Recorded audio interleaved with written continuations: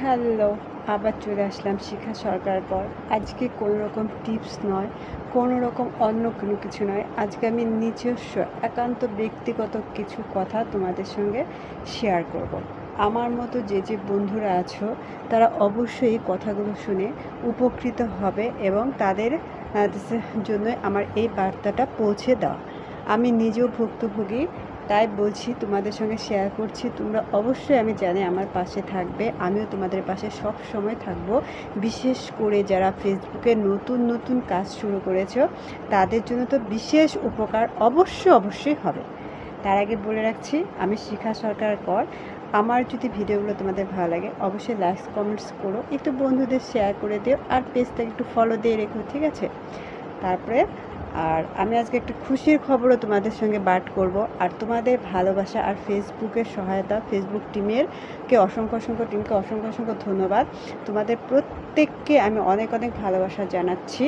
আর তার সঙ্গে আমি নিজেও প্রচুর পরিশ্রম করেছি, প্রচুর কষ্ট করেছি, সেটা বলে বোঝানোর মতো নয়।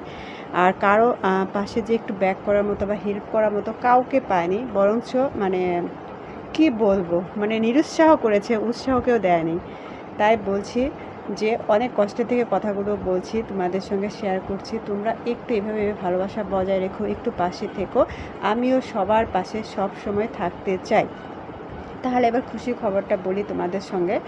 আজকে আমি ফেসবুক থেকে এতদিন যে নিরলস কি বলবো, রাত্রি জেগে রিপ্লাই কমেন্টস, কোনো ঘুম নেই, কিছু নেই, কত কথা শুনেছি যে এত রাত জেগে কী করি।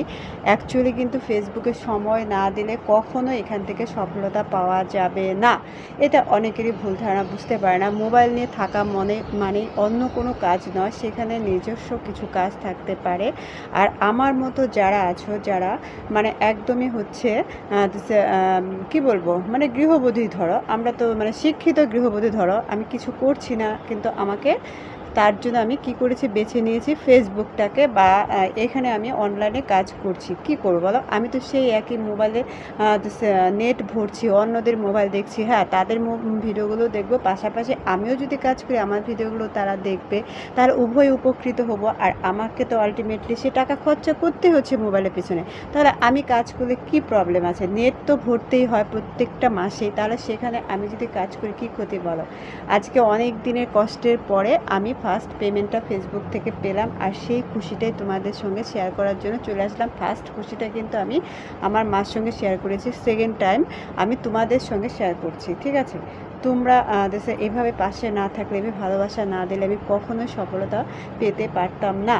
তাই বলছি, এভাবে আমার পাশে সবাই একটু থেকো, আমিও সবার পাশে সবসময় থাকতে চাই।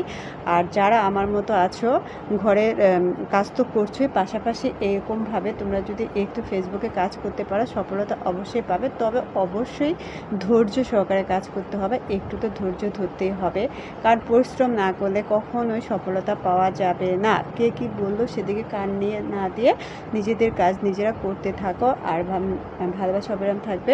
ফেসবুক কাউকে নিরাশ করছে না, তার প্রমাণ আমি আজকে একদম পেয়ে গেলাম। অনেক দিনই বলেছি যে পাবো, আজকে অবশেষে পেয়ে গেলাম। সবাই ভালো থাকবে, সুস্থ থাকবে। ওকে, বাই, টাটা।